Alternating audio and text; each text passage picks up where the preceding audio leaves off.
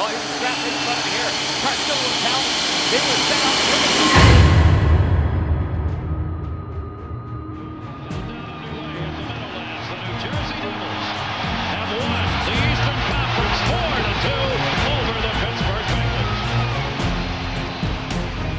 The year is 2001. After their Cinderella run to the conference final was concluded, Pittsburgh had dark times ahead. Behind the scenes, financial hard times were plaguing the Penguins. Pittsburgh had tried everything, especially Mario Lemieux. After coming out of retirement and helping keep the team afloat, Mario could only do so much. And in the offseason of 2001, the cost-cutting forced the Penguins to trade franchise icon Jaromir Jagr. And after losing the league's top scorer, the next 3 seasons would wind up some of the darkest in the history of the franchise. As the Penguins' record plummeted, so did the fan base. And with the city of Pittsburgh having zero interest in building a new arena, relocation seemed imminent.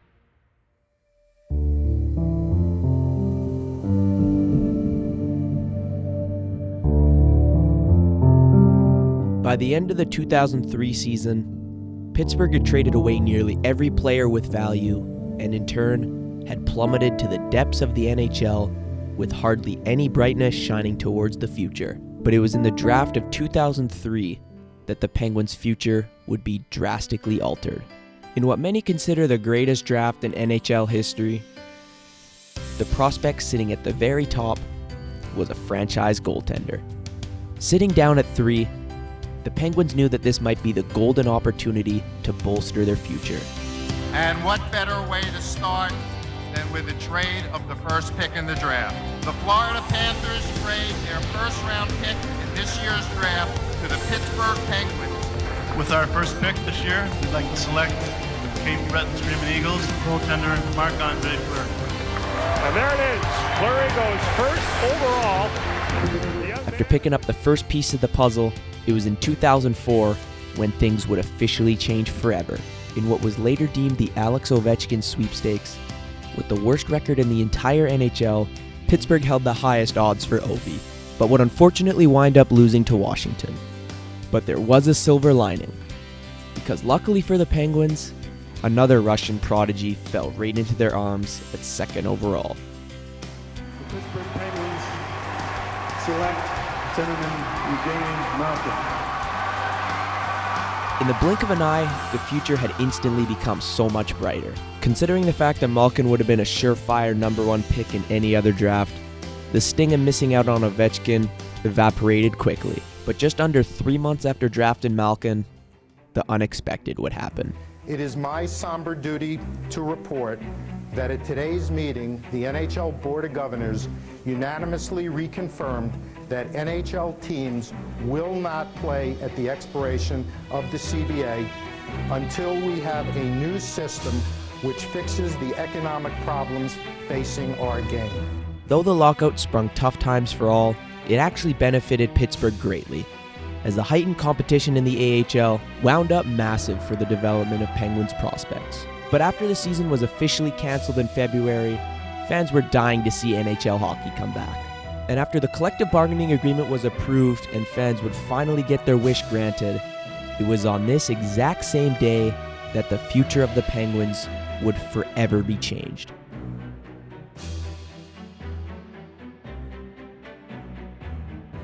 Down in Quebec, there was a generational talent waiting to be selected 1st overall. But with no season to base draft odds off of, the NHL created a unique set of rules that hasn't been used since. The rules went as follows.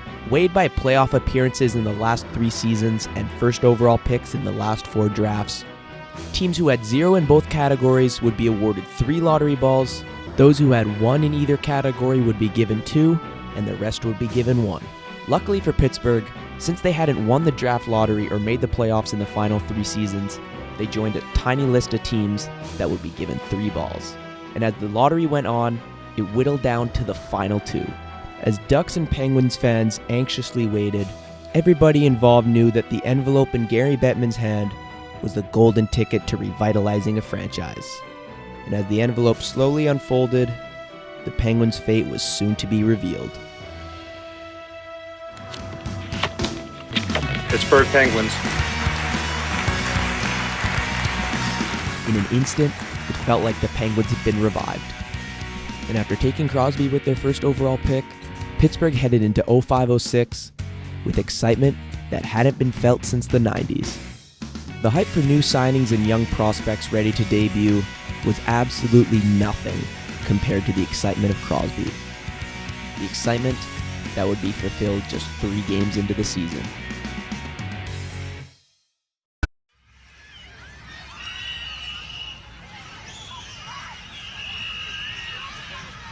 Crosby looking. Loose in front. Still a loose puck picked up by Ricky. Scored! I think it was Crosby. Crosby does get the goal. Oh, slap me silly, Sidney. And after he scored his first goal, it took Crosby just a few more weeks to prove to the entire league that he was the next big superstar. Crosby can win it. Crosby scores!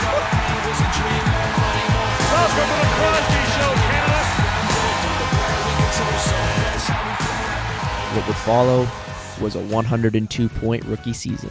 Although Crosby went above and beyond any expectation, the Penguins' season would wind up a massive disappointment. Finishing at the bottom of the league yet again, bad news would worsen, as after developing a serious heart condition, Mario Lemieux would be forced to retire for good, officially handing the torch over to Sidney Crosby.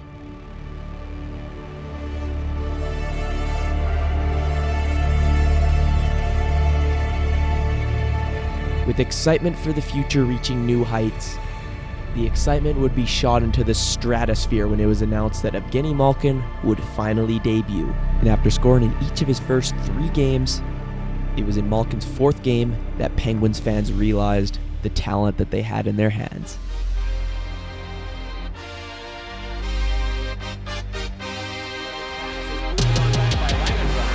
Triple one that is read by Whitney. Then along it comes for a long toss on to Malkin. Crosses, walks in, Beckett, he scores! Well, I gotta say it. Shades of Mario on a beautiful play. Malkin was as electrifying as expected. Breaking records and running away with the Calder, his partner in crime Crosby exploded for 120 points, and the Penguins would witness their best season in years. A 19-save whitewash for Ray Emery and jubilation at Scotiabank Place. Ready to build off their successes from the prior season, before the season kicked off, Sidney Crosby was named the youngest captain in the history of the NHL. But during the season, Crosby would have his first run-in with the injury bug, as ankle injuries sidelined him for 29 games. But in his absence, the Penguins didn't skip a beat.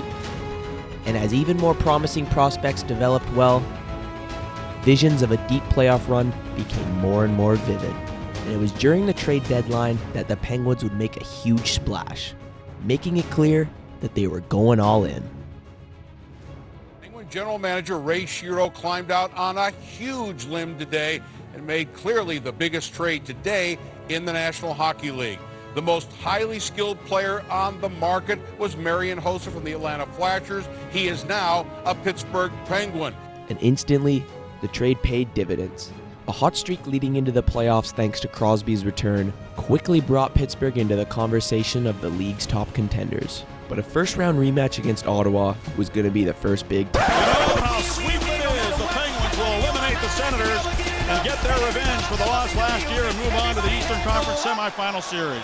And from this point on, the Penguins rolled through the East, only losing 2 games on their way to the final. After they beat Philly in 5 and were crowned Eastern Conference champions, a meeting against the best team in the league was going to be the ultimate test for the inexperienced Penguins.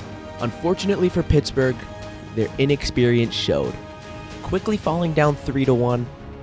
As the final seconds in Game 5 ticked away, a long, painful summer neared closer and closer.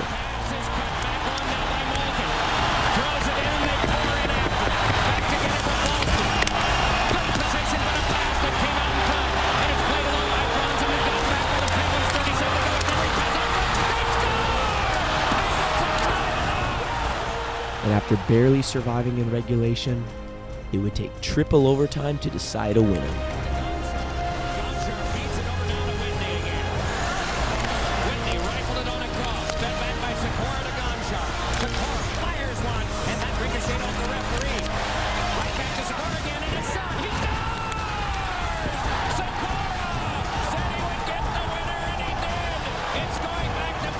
The magical Game 5 showed that the young Penguins were to never be counted out and could hang in there no matter the opponent.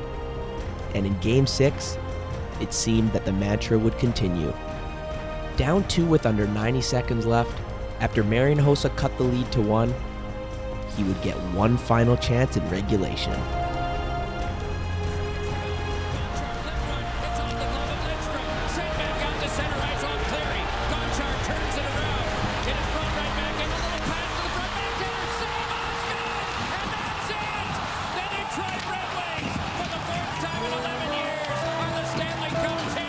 Just like that, the 2 months of magic were over. Though it seemed the Penguins were just getting started, things were about to drastically change.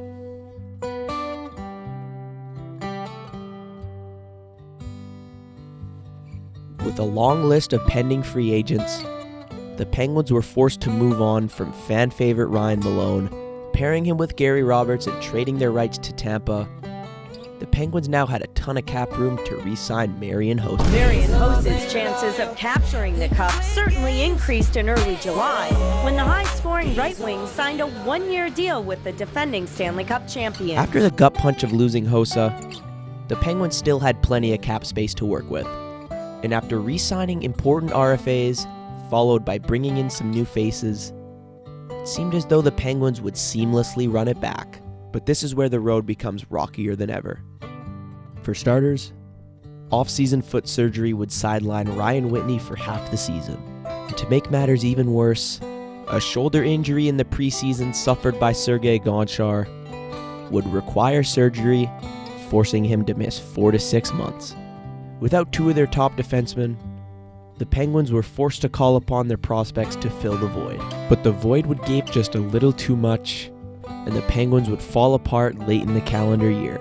After Christmas, the Penguins would go on to win only 9 of their next 26 games, falling from second place in the conference to out of the playoff picture. With 25 games left in the season and sitting 5 points out of playoffs, on February 15th, things would drastically change. In what at the time seemed like a desperation move, the Penguins gassed Michel Therrien and replaced him with Wilkes-Barre Scranton's coach, Dan Bylsma. What nobody knew at the time was that this would be the first of 3 huge moves that would completely turn the Penguins season around. And soon after, the Penguins would fire off 2 trades that wound up crucial. The first being trading injury-riddled defenseman Ryan Whitney to the Ducks in exchange for Chris Kunitz.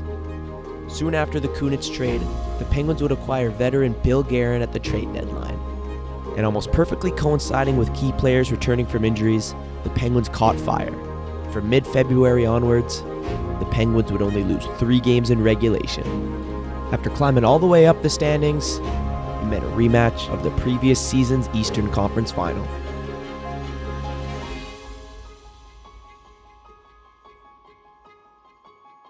Although it was a long road ahead, the journey into the playoffs was one that saw much more adversity than the young team was used to, and the Penguins' lack of fear was quickly proved in the first 2 games of the series. Down low, Malkin throws it in front. Crosby crashes on it and scores! Kennedy closing in. His shot, he scores! Tyler Kennedy! And they've earned what they've gotten so far. Chance here, lucky bounce. Malkin a shot, he scores! And it's won by Crosby. Eaton shot, he scores! Stumble in the play. Shot again, score! Deflected in! Takes the shot, Guerin right there. Shoots and scores! Billy Guerin wins it for the Penguins in overtime! Come Game 3, a chance to go up 3-0 in the series and silence the Philly crowd would be massive.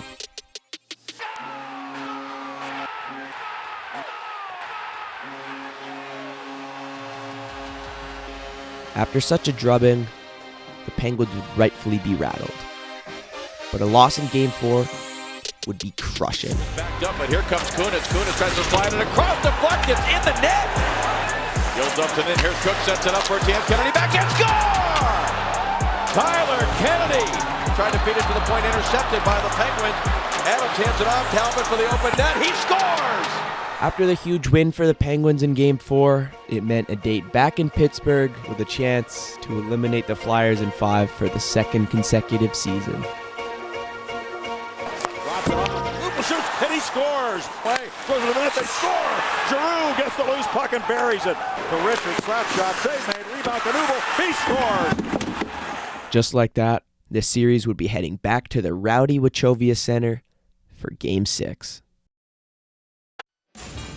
A warm, humid afternoon in South Philadelphia, Wachovia Center, where the gang in orange entering here has not abandoned hope. Their team shut out Sidney Crosby and his Penguins in Game 5, Crosby limited to just 3 shots. So the Flyers and their captain Mike Richards can force a Game 7 with a home win today. Flyers and Penguins, NBC in the Stanley Cup playoffs after this. The two possible outcomes were simple. Either Pittsburgh buries the Flyers in front of their home fans, or they allow them to crawl all the way back into the series that should have been wrapped up 2 nights prior. But one thing was on the mind of both teams. So far in the series, in every game but one, the team that scored first wound up victorious. And as the game heated up, both teams desperately pushed for that first goal. Then on back to him for a shot, and ricochets with off the warping, taken by Carter, and a save, made by Fleury's tail, when they backhand at it, straight ahead by Crosby, trying to lay it across, Garrett got to it. Garrett tripled one in front, Crosby slammed at it, and it was stopped by Barron. As teams traded chances and physicality ramped up, it became clear that the Penguins would need to score first, or else the Philadelphia crowd might become a little bit too much to handle. Gonchar shot rattled off of Barron in the post. But the Penguins' worst nightmare would soon come true. Flyers fans getting a little restless here, encouraging their team. It's Matt Carl taking the pass from Cooper. Flopped one to center that is brought down by Hawkins and steered on back by Talbot. It's run away by Becker. Save! Rebound! Score! Canumo! 1-0. Allowing the first goal, the odds were already stacked against them. But for Pittsburgh, things were only going to get much, much worse. He was the first guy back on that back check. Held by Giroux, given across for a shot.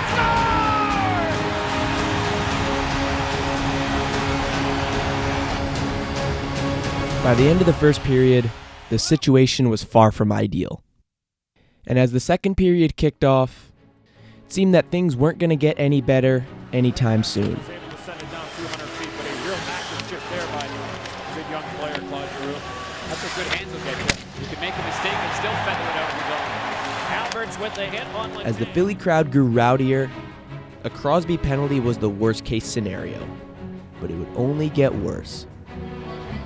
This has the possibility of being a momentum type of power play. Flyers get up by 3 with a big power play goal here, and for the Penguins want to keep it to 2.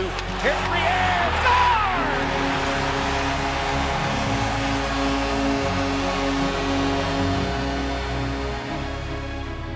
After Briere made it 3, Game 7 in Pittsburgh seemed inevitable. The confidence of Fleury and the rest of the team seemed to be completely shot, and due to the fact that the new era Penguins had yet to be in a Game 7, if the result held, the future of the season was uncertain. But if the Penguins wanted to avoid that pressure at all costs, something was going to have to change. And on the ensuing face-off, everything was about to change.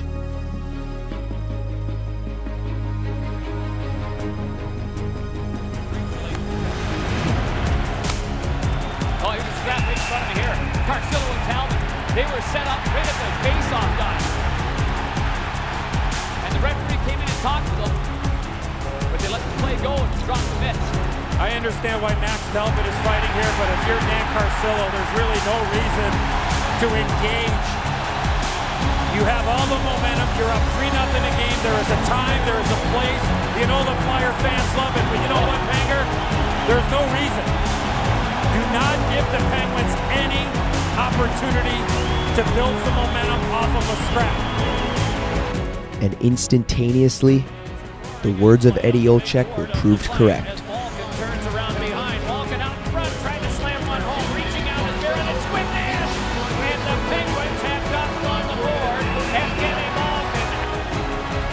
talking about momentum swings here. Yes. The fight, Carcillo and Talbot, the goal by Malkin, now possibly, from your vantage point, a power play coming for the Penguins. And in a matter of, 30 seconds? The momentum was clearly shifted in favor of the Penguins. And as the 4-on-4 neared its ending, the Flyers' worst nightmares seemed to be coming true.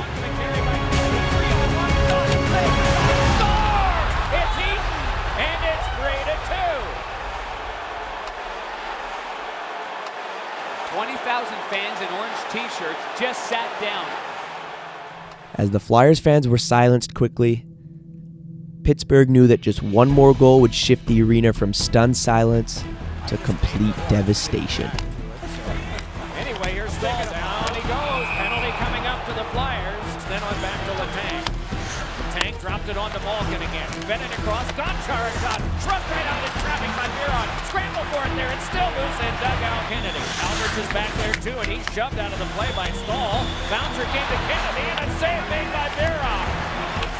Then Chitan, he goes down, and a penalty coming up to the Flyers on that one. Peeled away from Carter, led it across, and his shot is stopped by Biron. Rebound and flicking. As Pittsburgh pushed for the equalizer, it seemed Philly had gained new life from all their huge penalty kills. By Colburn, centered in front, a backhander, it's off Fleury on a nice pass from Richards to Gagne, and a penalty coming up against Pittsburgh. Benetenko will sit. But as quickly as they gained new life, it seemed the momentum would shift instantly back to Pittsburgh after Philly would fail on the power play. Talbot is able to lead it ahead. Wanting to go by Carl. Talbot swirls around behind it. And momentum was shifting right back to the Penguins. Taken in stride by Bill Guerin. Has Crosby out there with him. Guerin able to motor back in. Backhanded one to pop on the stick. Score! Crosby! Great hand-eye coordination again. We saw that from Eaton banking one out of midair, and now Crosby does the same thing. By the end of the second, a crowd that was once deafening was quieted to that of a pin drop. As the third period kicked off, the Flyers were clearly rattled, but an early goal could quickly flip the script in their favor. But one the other way would mean a world of trouble. Big dump one further. Carried ahead by Evgeny Malkin. Malkin able to send it back to Gonchar. Big blast! Score! For the first time tonight, the Penguins were in the driver's seat. And after coming to terms with the fact that the season's end was in sight, Philly had to give it all they had. But the prospect of now having their season on the line seemed to be getting to the heads of the Flyers, as simple passes quickly became their toughest tasks. I think the Flyers have got to get pucks going north. Those turnovers in the neutral zone are going to kill any kind of sustained momentum and pressure that they can put on Pittsburgh. So it's teaming it. Lobs one that was bounced down in center by Benetenko. He's able to carry back and drop it off to Malkin. Malkin able to hand it on. Here's Gonchar shoveling one. Knife down and a backhander by Chitan. Even after a weak call blessed them with the power play, the nerves seemed to still be running strong. The fact that they had the Flyers pinned back there was substantial for the Penguins. A pass too far, just flexed right back down again by Gonchar. Carter was never looking for that pass. Never looked once. As the Flyers pushed, the Penguins were putting it all on the line. Back it comes for Tiemann and a shot, and that hits someone in front of Scuderi. He's shaken up, down on one knee and back up, staying in the play gamely as it came back for another blast, and it's deflected wide. But eventually, something was going to have to break. Knocked away, on back to Tiemann and off the glove of Fleury, and cleared by Hal Gill. The gutsy effort there was really playing that chip with one arm. Fleury loses it, and a ricochet out in front. It delays and plays it back to him. Here's Guerin faking, dropping it off to Crosby. His shot is trapped and held by Biron. Good at it. This is Hal Gill. And the pass cut. Faking it is Richards. Oh, by Scuderi, and another shot off Gill. Scramble in front, and it is picked up and started back out by Cook. As the clock hit the halfway point of the period, the Flyers knew that they had to kick it into overdrive. John Stevens and Craig Berube have those conversations in that break. Oh, here's a catch! Oh, the play! Back ahead comes Ken Carter with it. Carter drops. Cardinal the shot. Directly by and a great save made by Fleury. Clear out. Lupo's pass held by Hart.